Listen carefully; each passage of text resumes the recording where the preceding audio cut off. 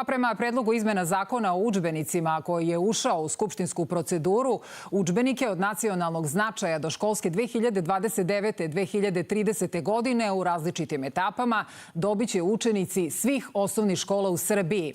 Lakše đačke torbe i niže cene školskih knjiga neke su od očekivanih novina, a sem praktičnih dobrobiti usmerene su i na očuvanje nacionalnog identiteta i poštovanje kultura drugih nacija.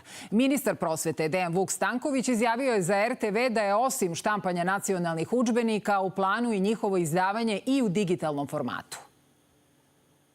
Udžbenici od nacionalnog značaja biće uvedeni za srpski jezik i književnost, svet oko nas, prirodu i društvo, istoriju, geografiju, muzičku i likovnu kulturu. Ti nastavni predmeti zakonskim izmenama treba da pređu iz stranih u ruke domaćih autora i izdavača. Naša zemlja ima, znate, suverenističku politiku i suverenistička politika podrazumeva jednu težnju u obrazovnom sistemu.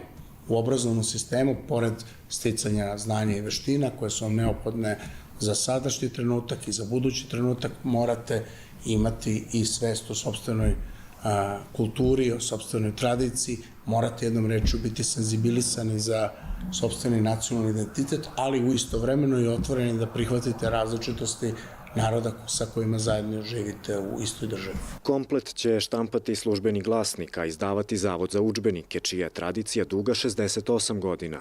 Na jeziku i pismu nacionalnih manjina udžbenike od posebnog značaja dobiće i pripadnici manjinskih zajednica. Napominjem da je Zavod za udžbenike preko 50 godina izdavao sve potrebne udžbenike na jezicima nacionalnih manjina i da u okviru naše izdavačke kuće od osnivanja radi tim urednika čiji je maternji jezik odgovarajući udžbenicima koje uređuju.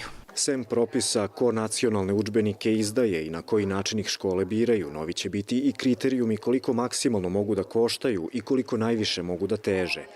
Njihovo uvođenje odvijeće se po fazama, a najpre će ih dobiti učenici 1. i 5. razreda školske 2026-2027. godine. Radit ćemo u punom kapacitetu. Najpre treba da pokrenemo državne izdavače, da sastavimo timove ljudi koji će pisati te udžbenike, da pronađemo procedure kontrole kvaliteta onoga što je sadržaj, da standardizujemo te sadržaje, da samu ideju, ako hoćete, još više raširimo u javnosti, da stvorimo neka pozitivna očekivanja od toga i da onda postepeno gledamo kakve će efekte to stvoriti. U skladu sa obrazovnim prioritetima, u planu je da lista bude proširena sa osnovnog i na srednje obrazovanje.